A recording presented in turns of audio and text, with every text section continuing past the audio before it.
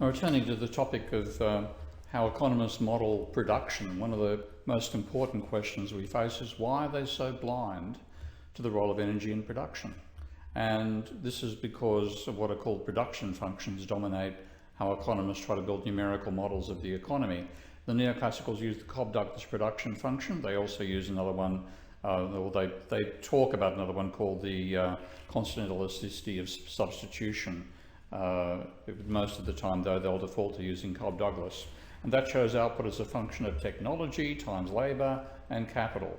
And there's no role for energy in those three, unless you subsume energy and technology, and they haven't consciously done that. Post-Keynesians use what's called the Leontief Production Function after Vasily Leontief, and it's fundamentally an empirical relationship between the amount of capital as measured, the amount of output as measured. In most countries, the ratio of capital to labour tends to be between 2 and 4, normally about 3, and that ratio is called the capital output ratio. Now, even the post-Keynesians don't have an explicit role for energy. So when you see economists thinking about things that involve energy, they don't think about energy's role at all. So here's Nordhaus back in 1991 saying that for the bulk of the economy, it's difficult to find major direct impacts of climate change over the next 50 to 75 years. Well, bollocks to all that. This is where my little insight from 2017 or thereabouts is crucial. Labour without energy is a corpse. Capital without energy is a sculpture. Nothing can be produced without energy. And therefore, because we are so dependent upon fossil fuel sourced energy, and that is causing global warming, that'll compromise all of GDP, including those sectors that Nordhaus couldn't work out any way in which they might be affected by climate change. So that's why this topic is so crucial and so fundamental at the moment.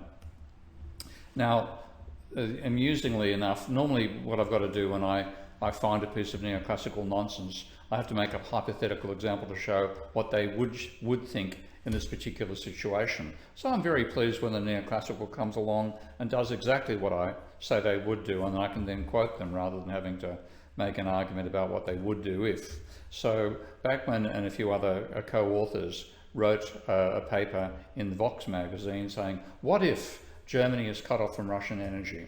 And said that contrary to fears expressed in the public, substitution, notice there is a substitute for energy, substitute and reallocation would keep the local economic costs below 3% of GDP, and fear-mongering about catastrophic consequences of an energy embargo does not hold up to academic standards.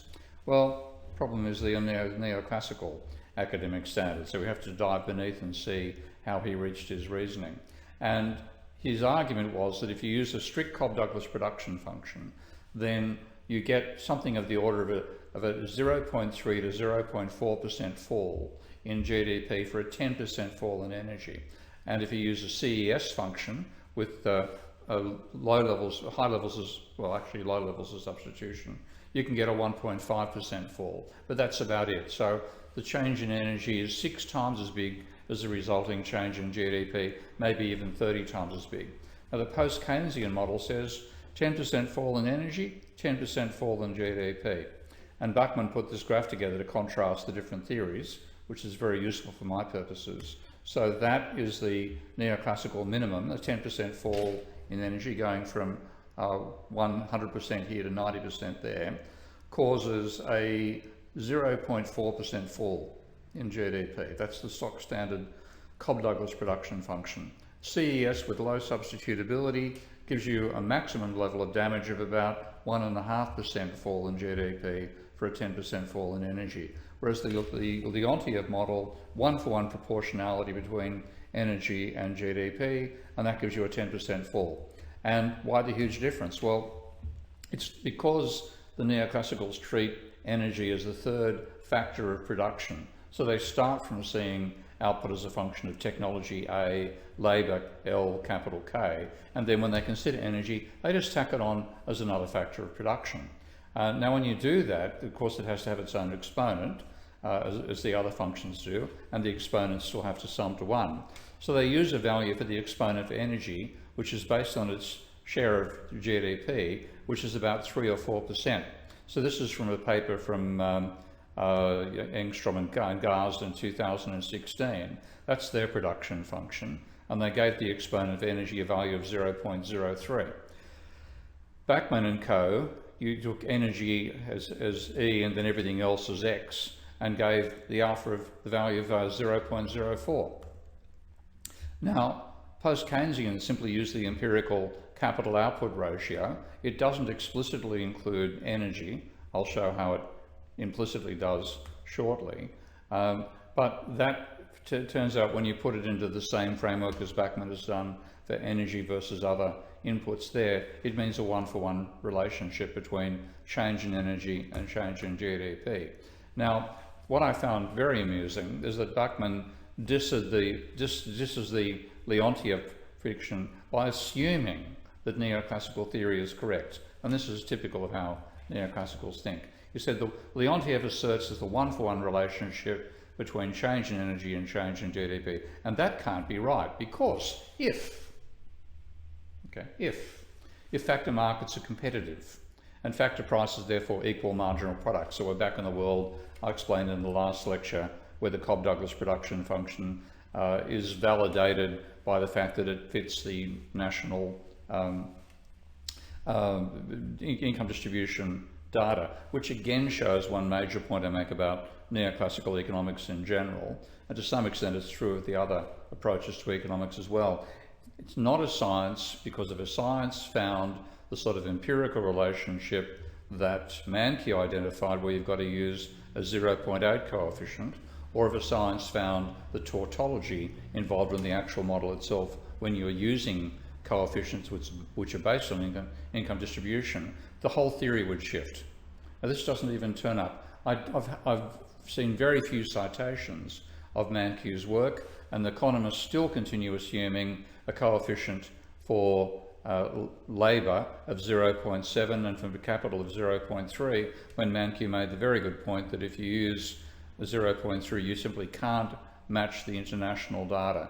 In a real science, that would have changed the empirical value that people gave to that coefficient. In economics, they continue using the same value.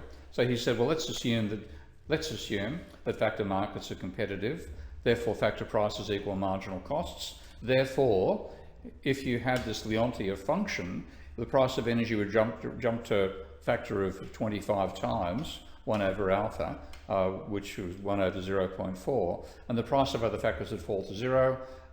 Therefore, expenditure on energy would jump to 100%, other factors would fall to 0. These are nonsensical, and that's correct. But they're nonsensical because the assumption that factor prices equal marginal products is nonsensical.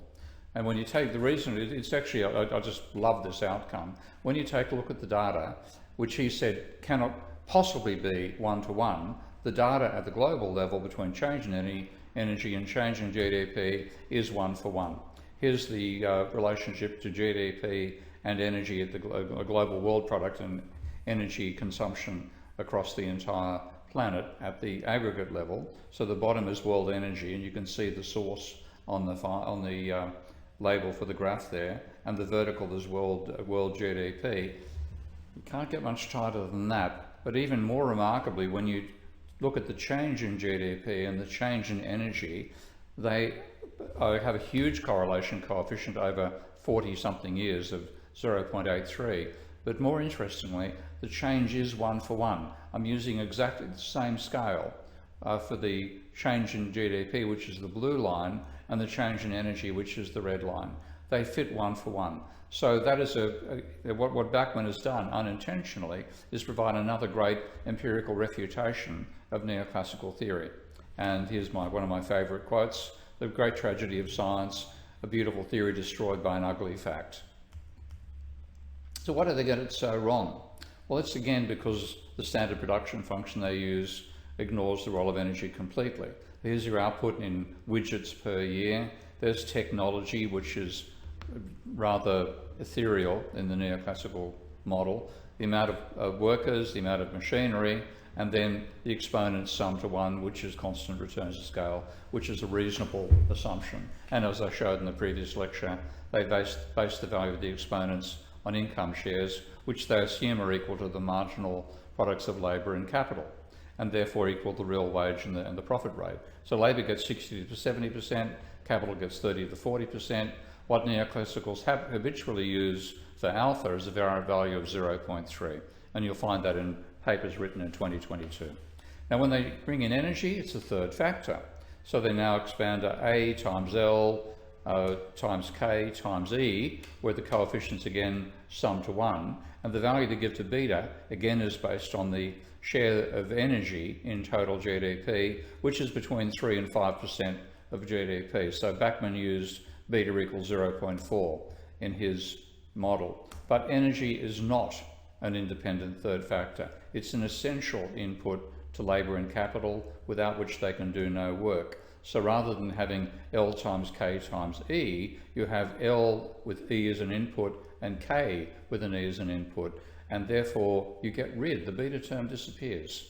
And this is an important variation, even if you stick inside a Cobb Douglas production function, which of course I'm not going to do, but just to show why they're wrong here. So there's your number of workers, there's your number of machines, there's the, and that's in units of labour, units of workers and units of machinery. The latter being a real problem, of course, to define, but as I said, when working in yesterday's workshop, or the previous workshop, less of a problem for the post-Keynesian than it is for the neoclassicals. There's the energy consumption per worker. Now that was trivial back in the days of Roman slaves. It's gigantic now. We consume an enormous amount of energy without even really being conscious that we're doing it. And that's the energy consumed by machinery, which has also grown exponentially over time. So if you go back to, my favourite comparison is of the James Watt steam engine to Elon Musk's Falcon 9, and the James Watt steam engine consumed about 9 tonnes of coal per day, and the Falcon 9 consumes about 9 tonnes of rocket fuel per second. So that's the energy consumption per unit. Then you have the efficiency with which that energy is turned into useful work. Now in the case of workers, most of the energy we consume has got nothing to do with our contribution to production. So big E, as much as big E L has been rising over time, as we get to consume more and more of the products of fossil fuels in the modern world, little e L has been going down. The product is remaining fairly constant. So the amount of energy that an unskilled worker puts into production today is similar to the amount of energy that a Roman slave put into production 2,000 years ago. So big EL times little EL you can treat as a constant. Now EK of course has risen dramatically, and then little EK varies, and not normally you'd expect it to rise. There are times when it goes backwards, but of course it faces limits based on the laws of thermodynamics. So that's what you have there. Little e times big E with the two subscripts talks about the conversion of the energy inputs to both labour and capital into useful work. Now, as I said, you can treat big EL times little EL as effectively a constant, because there's been no change in the work capacity of humans over the last 2,000 years, whereas big EK has grown exponentially. And if you rearrange the equation, and I'm leaving out the A because I can show that it's superfluous, so I've now made those substitutions here into the expressions for L and K here. Now I'll do a bit of rearranging. I take out the EL times EL and EK times EK. Here is our Cobb Douglas production function. Treat this as a constant, so I substitute this bit for a constant. This is now the energy output of the typical machine. And notice that the exponent for the energy is now alpha, which is not the 0.04 that Bachmann used, but 0.3 in their standard numbers. And that therefore means that the impact of energy is 10 times the level that neoclassicals normally think it is, even when you don't correct for their erroneous valuation of alpha.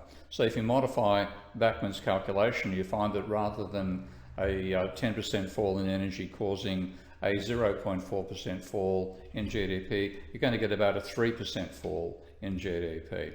So that's dramatically different, but it's still not enough. I'll go to a little elaboration here. When you do this reworking, you can show that what they call technology in the Cobb Douglas Production Function is really the energy output of a representative machine at some time in history. So you have Mankiw making an extremely good case that alpha should actually not be 0.3 but 0.8. If you do that, then you get a coefficient for energy which is about 20 times the number that neoclassicals use. And if you feed that into Bachmann's calculation of what would be the impact of losing 10% of the energy supply to Germany, rather than getting a valuation he gave initially of 0.4%, you now get an 8% impact. Now that's huge, but it's still not enough, because when you look at the empirical data, as I showed you earlier, it's a 1-for-1 relationship. So let's now take a look more deeply at where does this relationship come from. And the standard way that post-Keynesians treat production is to say that output in widgets is capacity utilization multiplied by the amount of capital divided by the empirically derived capital output ratio. Now let's just now make the same substitution I made with the Cobb Douglas Production Function earlier and substitute K here for KE, where that's equal to the number of machines times the energy per machine times the efficiency with which that energy is turned into useful output. And now let's acknowledge that Q, which is widgets per year, is actually related to the amount of energy divided by the energy per widget. So there's now showing Y as output in energy terms and EK as energy per widget. Then you now find that your empirical relationship is Q equal to U multiplied by K divided by V. The energy aware form doesn't change the U, doesn't change the K, but it substitutes EK for 1 over V. So little EK, the efficiency with which energy is converted into useful work by machinery, is the inverse of the capital output ratio. So the empirical regularity that post-Keynesians use is actually a function of energy. And therefore you get the basic argument that I showed earlier: a 10% fall in energy in a post-Keynesian model will cause a 10% fall in GDP. Now that's a bit of fun with Bachmann's work here. So the way he derived the result that a 10% fall in energy would cause, in the strict Cobb Douglas function, a 0.4% fall in GDP, he did substitutions and he made a little mistake there. He put in 0.25 rather than 0.4. So you fix that and you find that his argument is that because of the coefficient, you take the derivative, you get 0.04 multiplied by the change in energy, and you get a 0.4% fall. Whereas the Leontief case says 10% fall in energy, 10% fall in output. And he makes it, I find this sort of stuff so cute. Intuitively, the Leontief assumption means energy is an extreme bottleneck in production. Yes, of course it is. Only an economist could be surprised by that, and especially, of course, a neoclassical economist. Again, back to the fundamental point, nothing can be produced without energy inputs. So the mathematical form is not output as a function of K and L and E, but output as a function of K with E as an input and L with E as an input. And the correct formulation has huge consequences for the role of energy in production. So once we do the replacement, as I've shown that earlier, once we do the replacement and say V is actually 1 over V is actually EK, then you find the Leontief production function, just by changing the terms and just by changing what we think the term means, becomes explicitly energy aware. Now with that expression, if EK is the conversion of energy into useful work, you have 1 minus EK, which is waste output. And it's then possible to have an explicitly energy-based post-Keynesian macroeconomic model. And I've built that work with my colleagues Matteo Scriselli and Tim Garrett in a recent research project. So that's a model where we bring in energy, we say energy is an essential input into production. So here's your capital stock, multiplied by energy, multiplied by the efficiency with which energy is converted into useful work. That's what gives you your output in widget terms. Divide that again by energy per widget, and you then have the energy cycle, which is what this particular loop explains. But you can also talk about depleting the reserves you have, and that therefore meaning you have declining production as you approach the depletion point, because effectively the energy return on energy invested to get energy in the first place declines, so your productivity declines with it, and that shows a resource crisis there. Now, that is talking energy but not bringing in matter. We've begun to do that, and amusingly, a useful mental construct to help us get the model built was the vision of the planet, the movie The Planet of the Iron Giants, or the Iron Giant movie, because when you look in the history of economic thought, you'll find that John Hicks attempted to model a production economy with matter and energy as inputs, fundamentally, back in 1935, but failed because he used bread as his consumption good, and because he's working in a single commodity world, he also had bread as his capital good. Now, it's very hard to think of making anything with stale bread, so he didn't complete the model. We, on the other hand, said let's work with a fictional consumption good, so we have our workers on the planet of the Iron Giants consuming iron, but you can also quite easily say we're going to use iron to make the blast furnace, to make the mill, and to make the machines that dig up the coal and the iron ore. So we managed to build a successful model that way, but it's only the very beginning. This is the initial report. That's actually an embedded PDF, so I'll save that on my Patreon website, and anybody who wants to read it, you can just extract the PDF and read the whole document. But this shows that the post-Keynesian approach to economics, with MMT as part of its monetary modelling, is potentially a foundation for a realistic biophysical economics. And that's what we should have had 250 years ago, when we had the physiocrats, when we could have built on their proper insight that there is no surplus. We are simply taking the free gift of nature and changing its form and squabbling over the distribution of goods and services from that free gift of nature. Now very, very close to what could well be the end of capitalism, given the environmental crises we face in the next 10 or 20 years, we're finally starting to build a model of economics involving energy in the realistic way that the physiocrats once did. And I'll continue on the issue of why has economics been so bad after the next workshop, which will show how to build a combined Godley table and flowchart model in Minsky.